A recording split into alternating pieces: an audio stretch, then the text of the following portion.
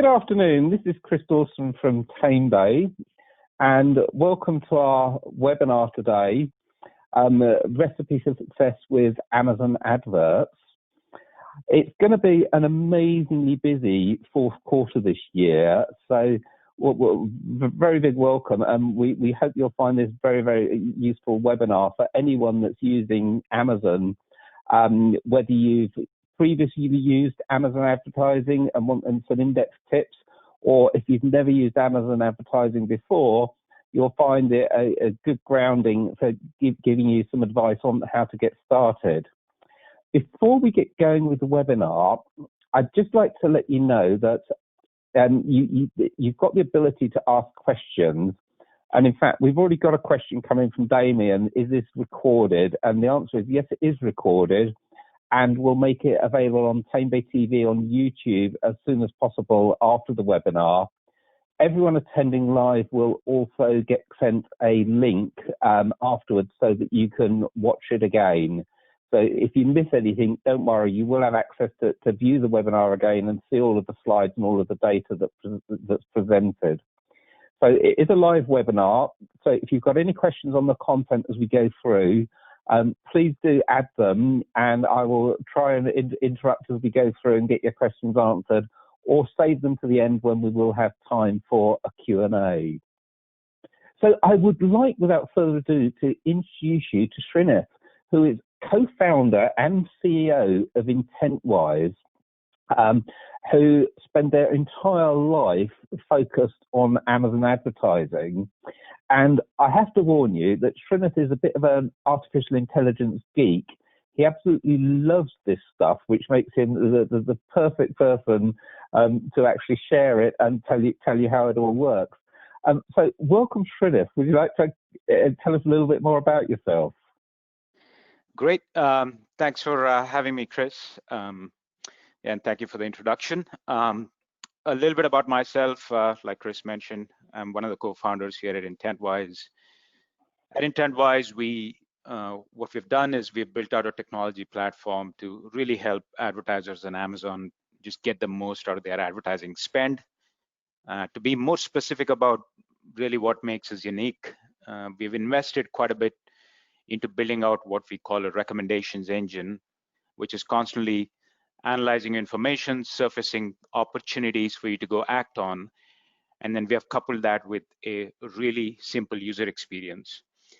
So that's what our platform does. Intentwise as a company is also an Amazon advertising partner, and we're also super excited to be a sponsor for Amazon's AdCon, which is coming up in a week. That's their invite-only annual conference around Amazon advertising. So that's a little bit in terms of my background, Chris. And great.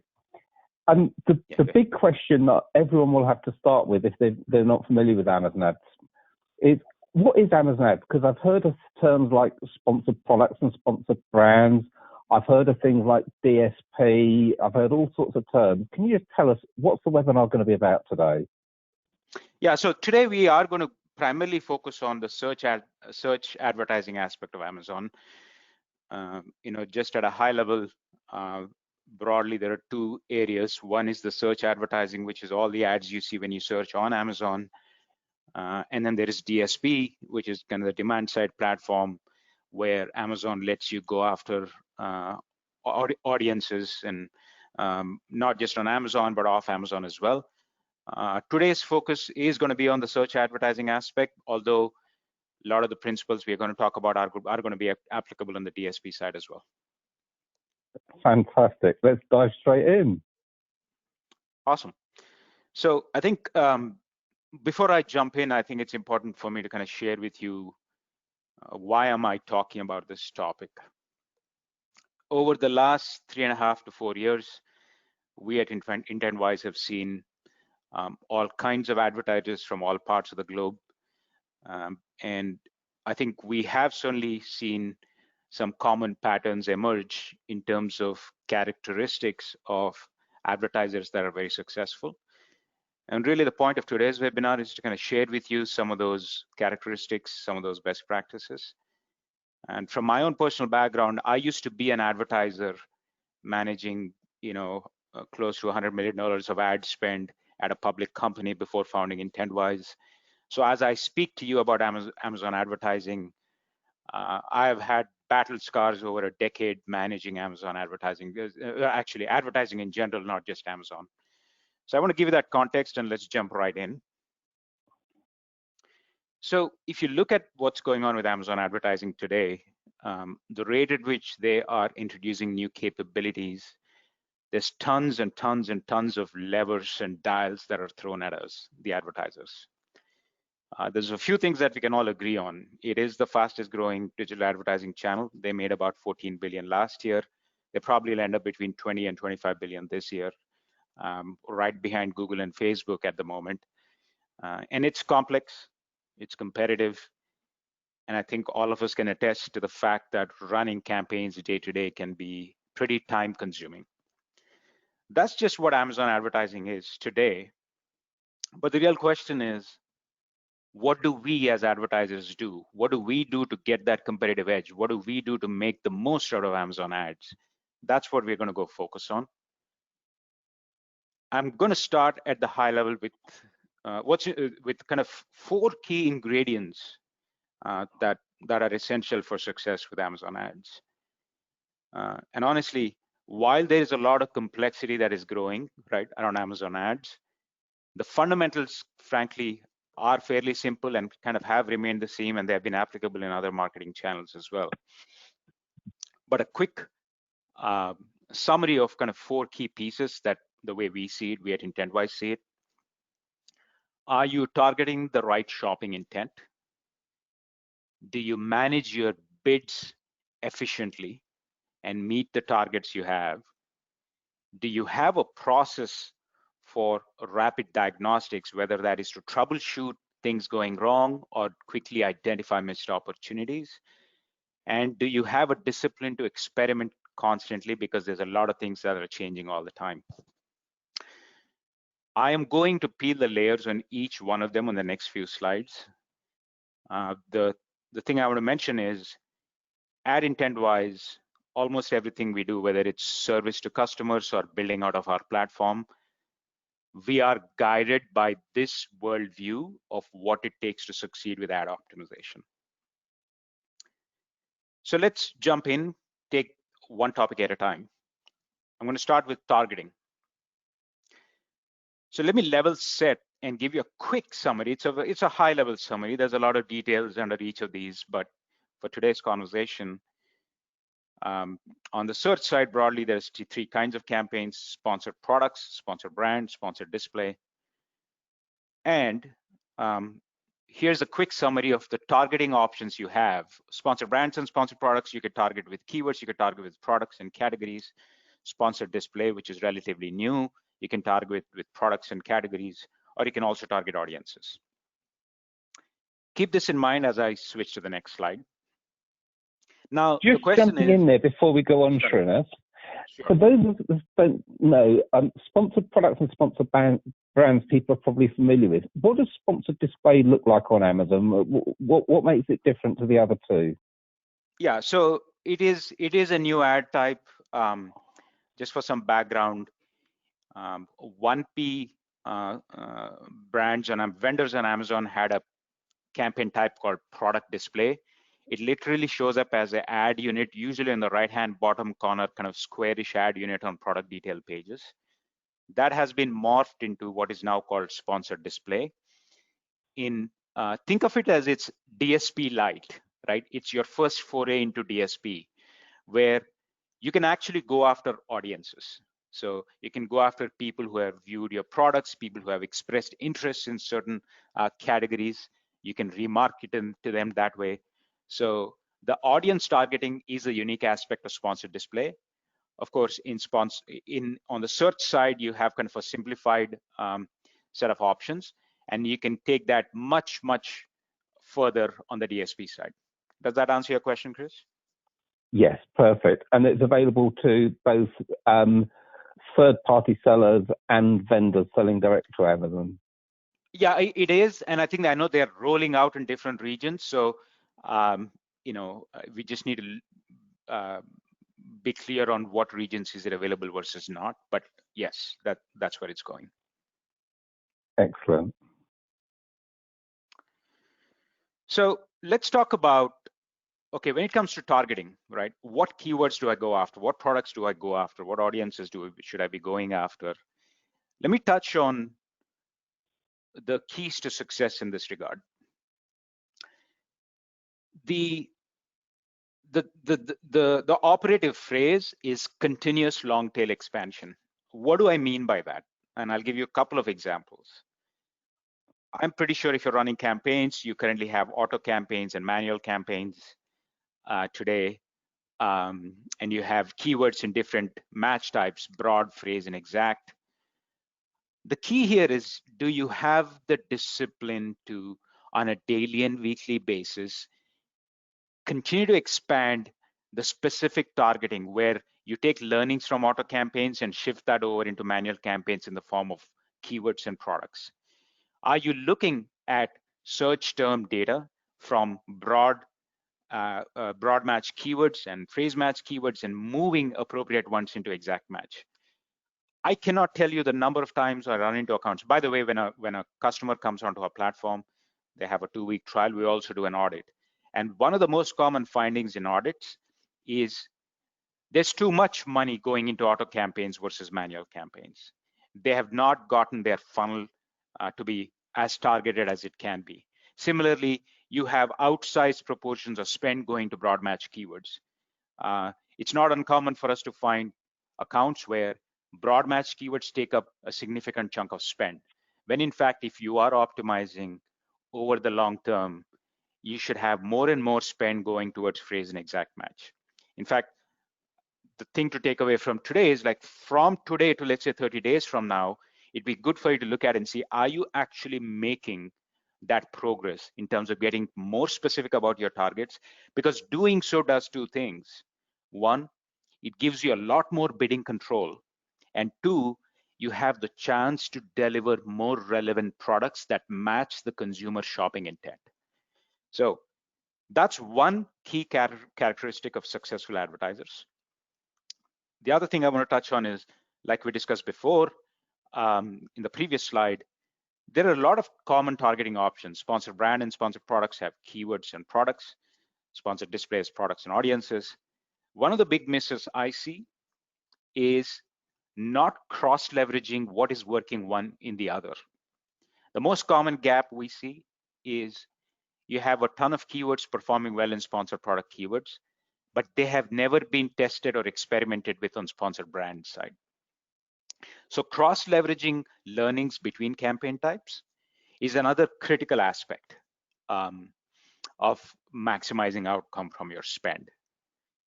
And the last thing I want to say around targeting is always have a test bucket, which is, you may be happy with the current coverage of keywords and products and audiences, but what we urge you to do is always have a sliver of experimentation with a small portion of your budget where you're constantly experimenting with new targets to go after. And in a nutshell, what I want to summarize this as is continuous targeted long tail expansion as a discipline, and continuous experimentation as a discipline is super essential to get targeting right. Actually, I've got two questions around this. Sure. One is this something that can be automated, for instance, with Intentwise? Yeah. And the second is, when you say leveraging learnings from one campaign type to another, can that also be automated, or is that something that you have to manually port whichever keywords or phrases you've got across? Yeah, good question. So from an Intentwise perspective, like I mentioned right up front, what is unique about us is the recommendation engine that we have built.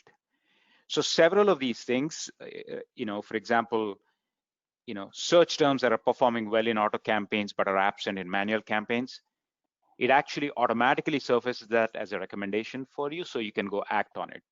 In fact, you can go one step further. You can fully automate it where you don't have to touch anything. where you can map certain auto campaigns to manual campaigns and say, look, any search term that meets a such and such performance threshold can be automatically moved. So there is gradations of automation that Intentwise offers advertisers, as well as there is baked in expertise in terms of recommendations that are being surfaced. And that is true with certainly both continuous expansion as well as leveraging kind of cross campaign. In fact, one of the recommendations that'll come up in our platform is if you have keywords that are doing really well in sponsored products and they've never been tested with or are absent in sponsored brands, that actually shows up as a recommendation in Intentwise. Fantastic. One last thing on targeting. When it comes to product targeting, we get a lot of questions about how to best leverage product targeting, so I thought I'll have a slide for it. Again, to clarify, product targeting is just like keywords. You're able to actually go after specific products, and your ad shows up on the detailed pages of that product. You have two choices. You can have take an offensive approach. What I mean by that is you can target competitors. You can take a defensive approach, which is you target your own products, and there's different reasons for doing that. Offensive obviously is aimed towards driving incremental sales, driving awareness. Defensive can be used to either upsell or cross-sell or even defend against competitors. So I just wanted to cover this piece because we do get a lot of questions about how to best leverage product targeting. But so that's about targeting. Now I want to talk about bidding. So there's a couple of things I want to touch on. First, before I get into the details around bidding, I want to sync with you on product life cycles. For anyone selling on Amazon, so your products typically go through a life cycle, right? They are new, they mature, and they are potentially becoming obsolete. The mistake not to make is to conflate metrics and targets for products in these phases into one. It's super important to separate them out, and perhaps even in the way you structure your campaigns, so that you're not managing products in all these stages to the same set of targets. Okay, so that's point number one. Point number two, obviously, goals are different by the stages of the product. If you are a new product, you perhaps can operate to a higher ACoS. You're aggressively experimenting with what search intent and what targeting would make sense for the product. You're also trying to raise your organic ranking. Those are kind of the primary focuses in that stage. In the mature stage, you perhaps have a different ACoS target, but this is a game where you're fine-tuning bidding, fine-tuning targeting. And of course, when you're obsolete, you want to get rid of that inventory as quickly as possible. As long as you're margin neutral, you're fine. And you want to deplete that inventory quickly.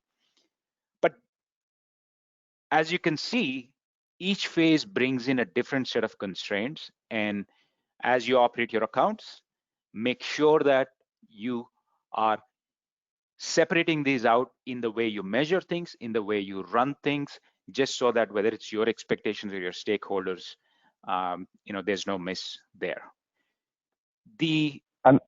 We've got a question from Dan Reynolds, which comes straight into this, which is about the management of sponsored of advertising on Amazon. Sure. And Dan says, you've got about 10,000 listings on Amazon at the moment, and they're constantly attempting different ad campaigns, auto, manual, keyword-based, product-based, brand-based. But basically, they're struggling to find the time to get through it all and monitor it all because they've still got the day-to-day jobs of running the business to do. Yeah. And the real question is there a recommended process of monitoring and managing the campaigns? How big a team would you put on a company running campaigns like this? Can one person do it? Can you automate it all and practically need no one to do it? Or does it need 5 people, 10 people? How many people would you think would need to run campaigns for 10,000 items on Amazon? Yeah, good question. So let me begin by saying that at 10,000, you certainly are not in the, you certainly fall in a big catalog type of bucket. So so that's quite a few products.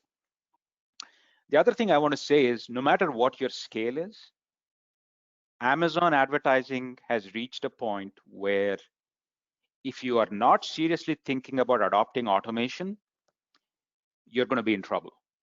Now, whether you do it with us or anybody else, it doesn't matter, but automation is a key aspect of maximizing your output.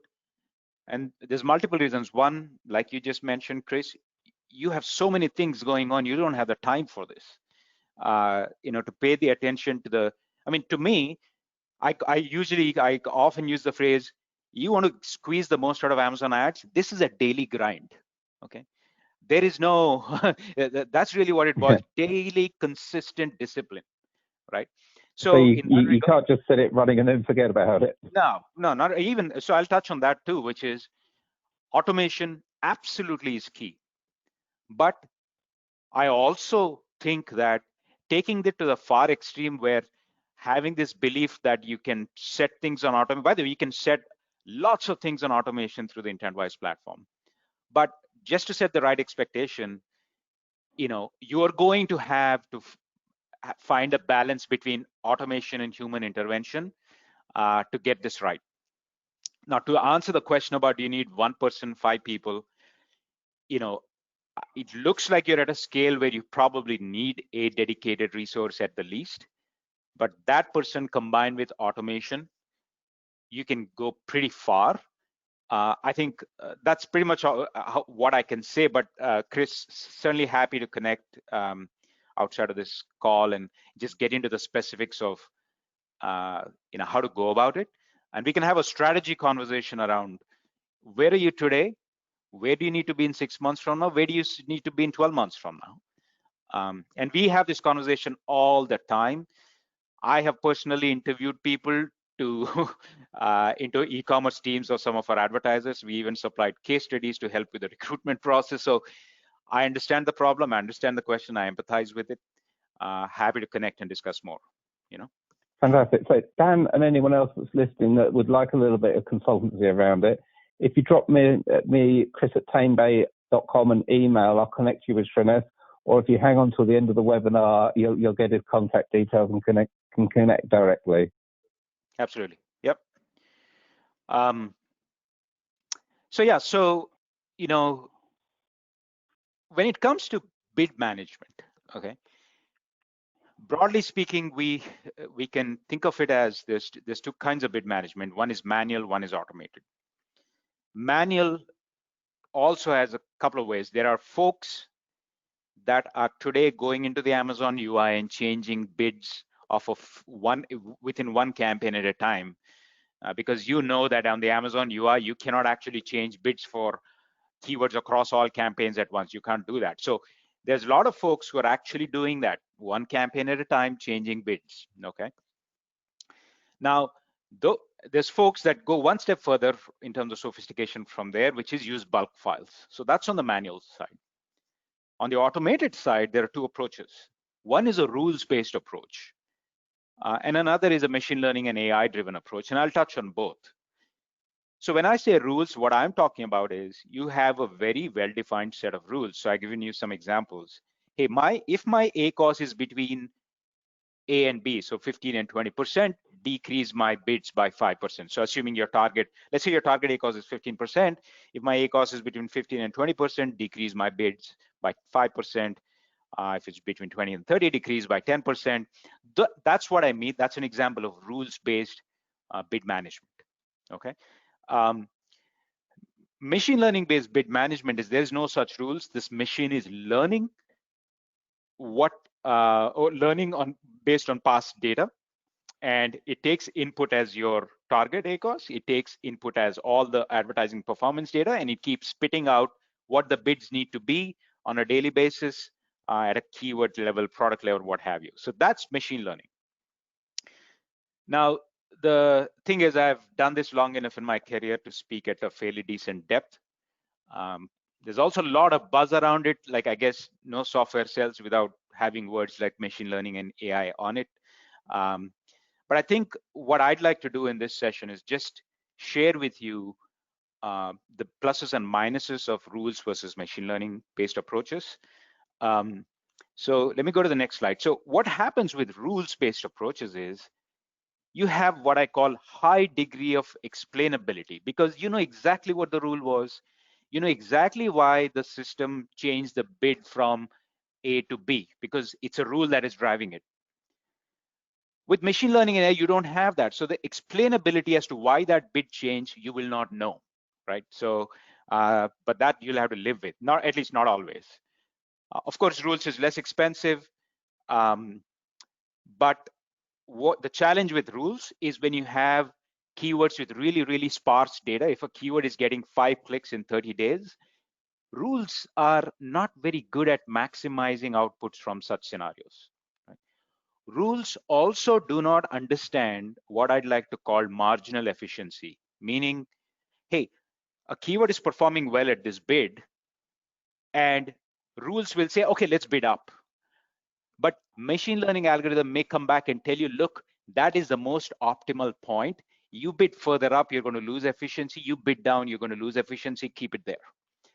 That is something humans are not good at doing, especially if you have tons and tons of keywords and products and campaigns. That's where machine learning machines do a better job. Of course, the disadvantages of the machine learning based approach is you need lots of data. If you're someone that wants to see an explanation for every bid change, you're not going to get that when you have a machine learning model driving bid optimization. So anyway, so that's a quick color around how these are different. If you look at the industry, I would argue that people are across the board on the spectrum. But the question is, what do you take away from this? You have to think about moving from left to right over time, especially as you grow. Okay. Intentwise as a platform actually supports all of these abilities. So we can define automated rules in our system. We have an algorithm that can take a target ACOS and manage bids for you. We also make any manual updates very, very easy. Bulk updates, for example, you can actually go change bids on every keyword in your entire account in one go. We support all of these notions, and the reality is that nothing is 100% automated, nothing is 100% manual. It's the reality is somewhere in the middle, and we have built the platform to support that notion. And I want to net this out by saying there's a need to find the right balance between automation and human intervention in managing Amazon ads. If you are in either ends of the spectrum, you're going to have challenges. And the goal should be continuously move from left to right and continuously bring more and more sophistication into your bid management process. Great. And I've got a couple of questions, actually, both coming from Raj. Sure. His first question is, what would you consider a good ACOS, average cost of sale, on an overall, on the whole account? And I don't know if that's a question that would depend on how much margin have you got overall on the account. And he also asked, do you support turning on and off campaigns automatically? For example, turn it off 9 a.m. to 5 p.m. and turn it on 6 p.m. to midnight? Yeah, so the two things. One is, what is a target ACOS? It is just so dramatically different by category, by the type of product you sell. But I would leave you with 3 factors to consider. 1, of course, margin. Okay. 2, is this a product that drives ongoing repeat purchases, which means your lifetime value of the first purchase or the first acquisition is much higher than a product that doesn't have that, and you may be able to support a higher ACOS. And the third aspect is, where are you in the life cycle with this product, right? Are you new? Has it matured? Are you just trying to get rid of inventory? I think those 3 factors should really drive what that ACOS needs to be. I don't know that there is a specific number that can be given, not just in a category, even for a business. I think it'll just change by business to business. The second question about turning on and off campaigns, it just really depends on what the purpose is, right? If you are trying to test something to see, look, what is my efficiency in the morning versus evening, I get that.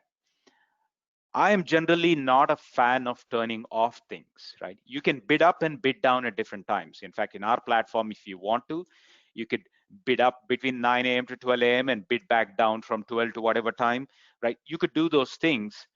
The turning on and off, unless there is a very specific reason, unless there is a very specific design behind a test you're trying to do, complete turn on and offs, I'm generally against that idea. And I guess machine learning would automatically adjust your bid prices depending on the time of day and whether you are winning sales or not anyway. That's correct. That is absolutely right. And in general, taking yourself out of auctions, there may be reasons to do it, but you just want to be careful with it. You can stay in the auctions at different bid points over time and see, what is optimal for you. All right, so we covered targeting, we covered bidding, rapid diagnostics. There's kind of two broad topics within this, which is how good are you at troubleshooting problems with performance in your account? Okay, that's question one. Question two, do you have a process to find exceptions that invariably creep into your campaigns? Right, so those are the two broad questions, and how good are you at those two things determines how successful you're going to be. Let me touch on the first topic.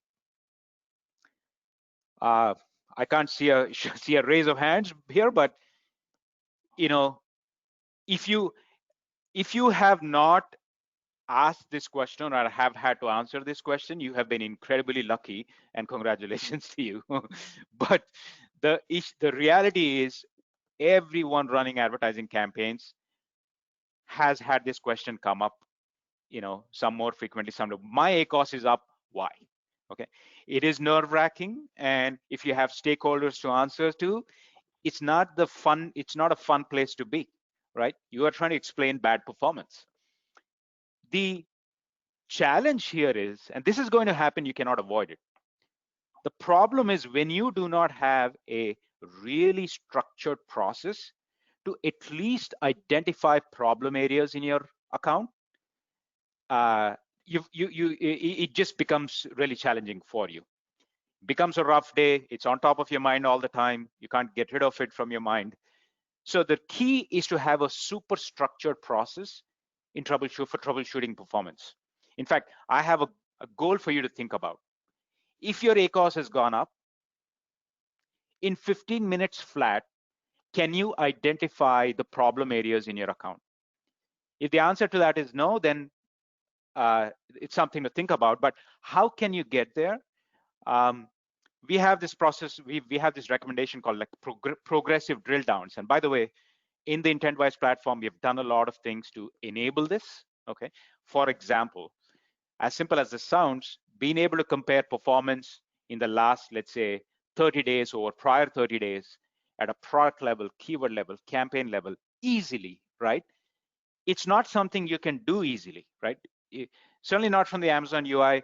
There's a lot of tools out there. Most tools actually don't support that capability because it's engineering-wise data intensive. Today, we have clients who compare last month's performance with same performance last year at a fairly granular level, okay? So we've built things to really support this process. But let me get back to what the process should be. So your problem is, for example, look, you have an account where while spend has stayed flat over, let's say, last X number of days, revenue is down, your ACOS is up, and you don't know why. So what we recommend is this process of progressive drill down. And what you need to quickly get to, look at the same data by campaign type. By campaign type, I mean sponsored product auto, sponsored product manual, so on and so forth. Campaign categories, campaigns, brand versus non-brand keywords, and product targets. And when you do that, what happens is you quickly kind of figure out, look, yes, my ACOS is down, but I know that this is isolated to, hey, certain specific keywords or certain products or certain campaigns. And in essence, you form a storyline. And once you have a storyline, right, everyone around you builds confidence in you. It's so important. Right? And I'll give you some examples of real storylines that we have seen many times over, right? We have clients that come to us and ask us, look, can you help us and troubleshoot what is going on? Here's some examples right here, which is, look, it turns out that your two top selling products are ineligible for advertising, so ACoS has gone up. Or some of your ASINs are now on deal of the day. You did not, those were not paused in auto campaigns, and they just become runaway spenders, because when you have an ASIN on deal of the day, auto campaigns spend shoots up on those products, So, or, the last one where you just launch some new campaigns and, and those new campaigns are dragging the overall ACoS down. Whatever the storyline is, it'll be unique to your situation. But having this framework, and I don't mean just look at spend revenue ACoS, right? That will give you areas where the problems are, and then you want to focus on a few other metrics to figure out reasons. But the essence here is really a structured, progressive drill down process. Whether you want to do it through pivot tables or whether you want to leverage platforms like ours, having a process like this is super, super essential. And then, so we've got another question from coming, actually from Raj again. Do you support the new SBV? I'm not sure what SBV is. Is that sponsored brands video? Yeah, it's a sponsored brand video campaign. It's relatively speaking newer. We got API access like 2-3 weeks ago. We are going to be live with support for that platform in the next 2 to 3 week time frame is what we're thinking, but it's in our roadmap, and it'll be enabled soon. Excellent. So Raj, look out for that coming soon. Sponsored brand videos. The other thing I want to touch on from a diagnostics perspective is there is all kinds of exceptions that creep up. And by the way, the recommendation engine within Intentwise actually surfaces quite a few of these. But you want to have a discipline to find these things quickly, and here's a short list of them. One is ASIN parity. We just heard someone has like 10,000 ASINs. With 10,000 ASINs, it's so easy to construe a situation where you have ASINs and auto campaigns, but they're entirely missing from manual campaigns, and you don't even know it, right? We call it ASIN parity. So you want to have a mechanism to find these exceptions, because this is leaving money on the table, okay? Keyword gaps. We touched on this on the first or second slide, which is ensuring that keywords that are performing well in one campaign type are at least tested in the other. Match type gaps. Brand versus non-brand. This is another huge thread where we see a lot of times where brand and non-brand keywords are combined into the same campaigns, or non-brand keywords are attracting brand searches because brand terms have not been negative matched, so on and so forth. This is another area where you see a lot of exceptions come up. Negative keywords. I think there's been a lot of stuff said about in the blog sphere about being aggressive about negative matching. Generally speaking, while negative matching is an important practice, going too far with it is extremely dangerous, because you could be killing your funnel. You could be shutting down your funnel. You're better off managing it through bid changes.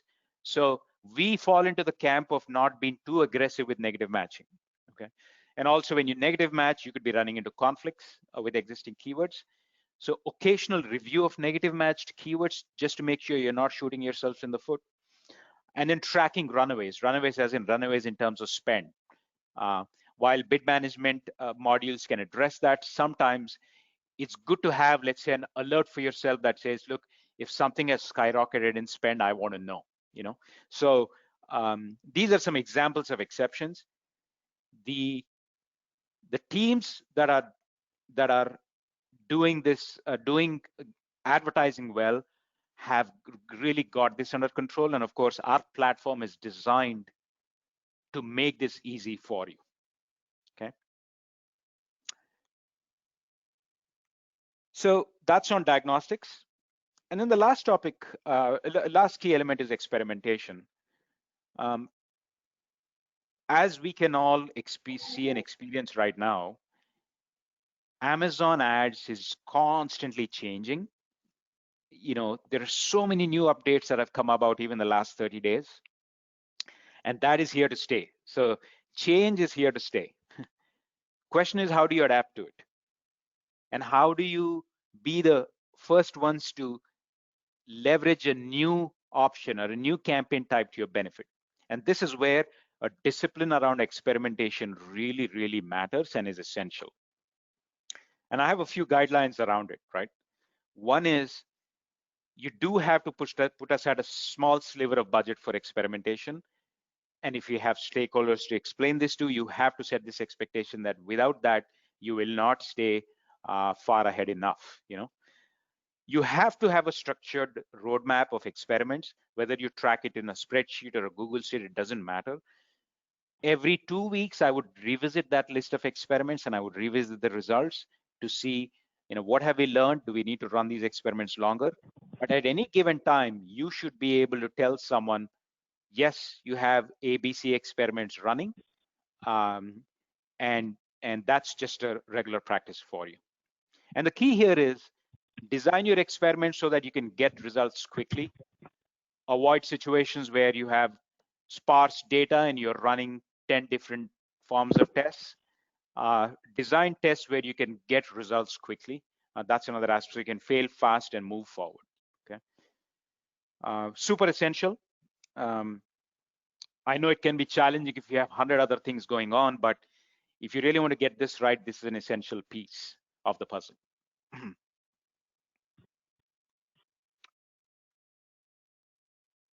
With that, what I guess I want to summarize by saying, we touched on targeting, and the key there is continuous refining of targets as a practice.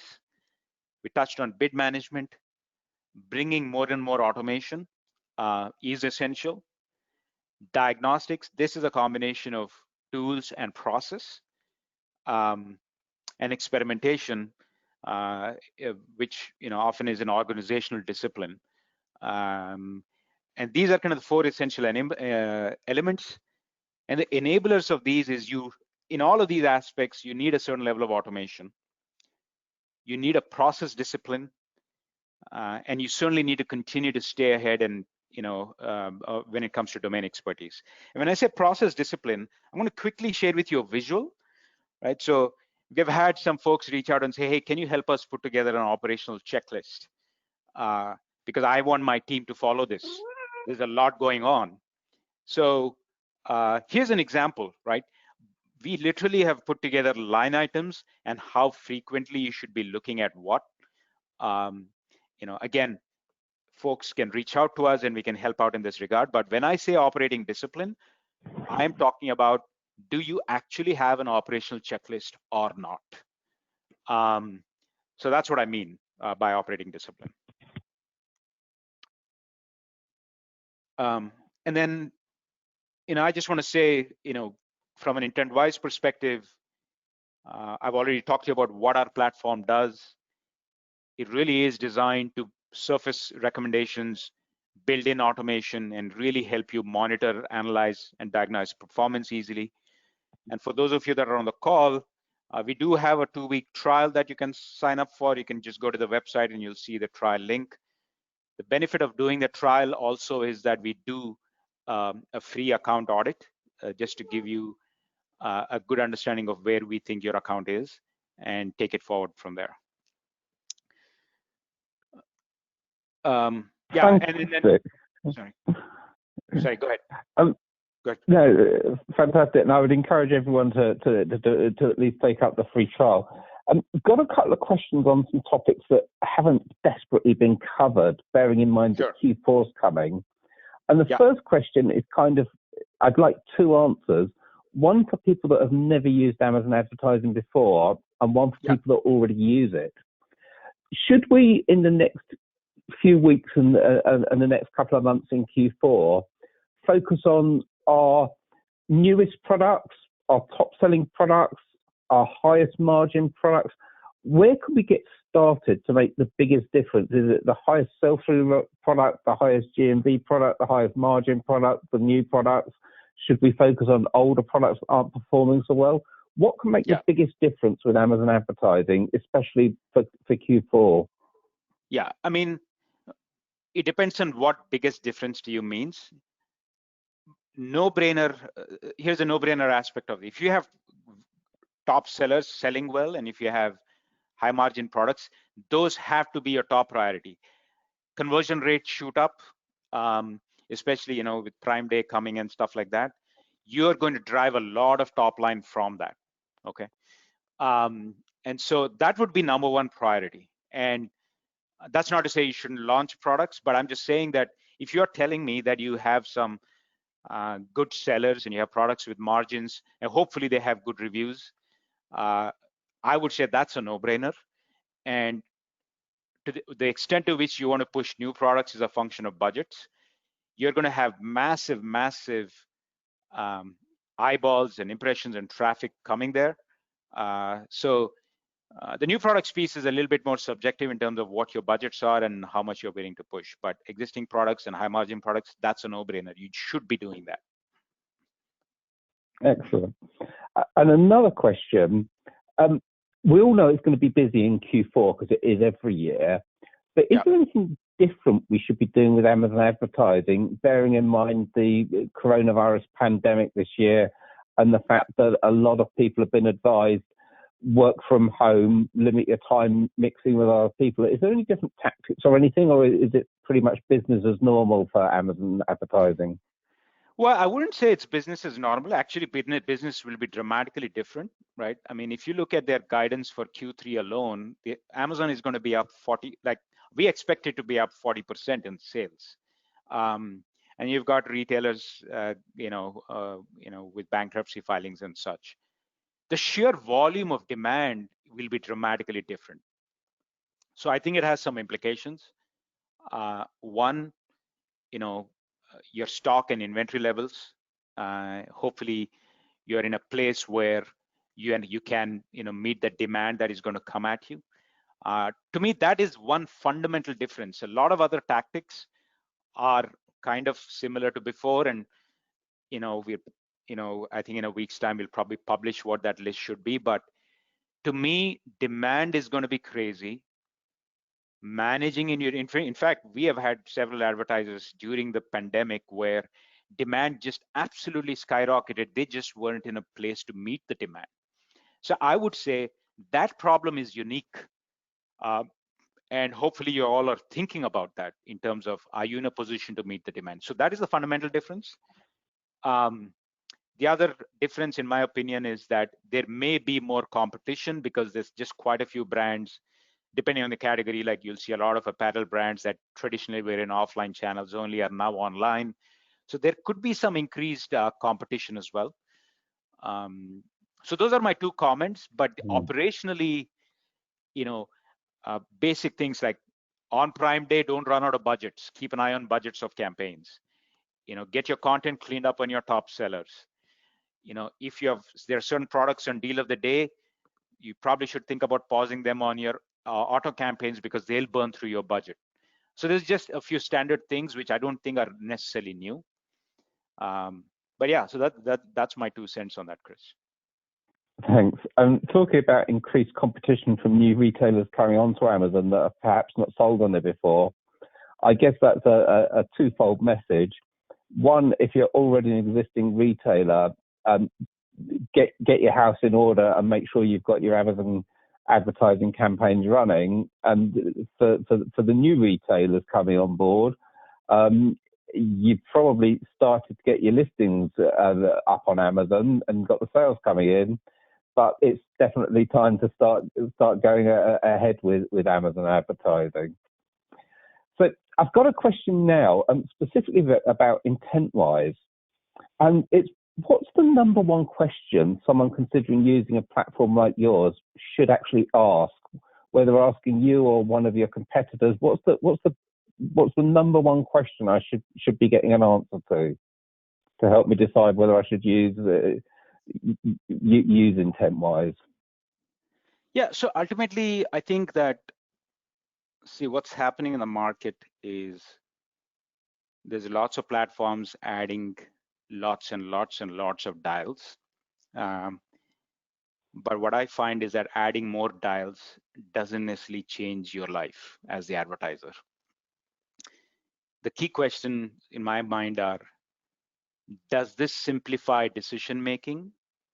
Is this simple to use where I can get started and use this platform without much assistance? And will I get the support I need when I have questions?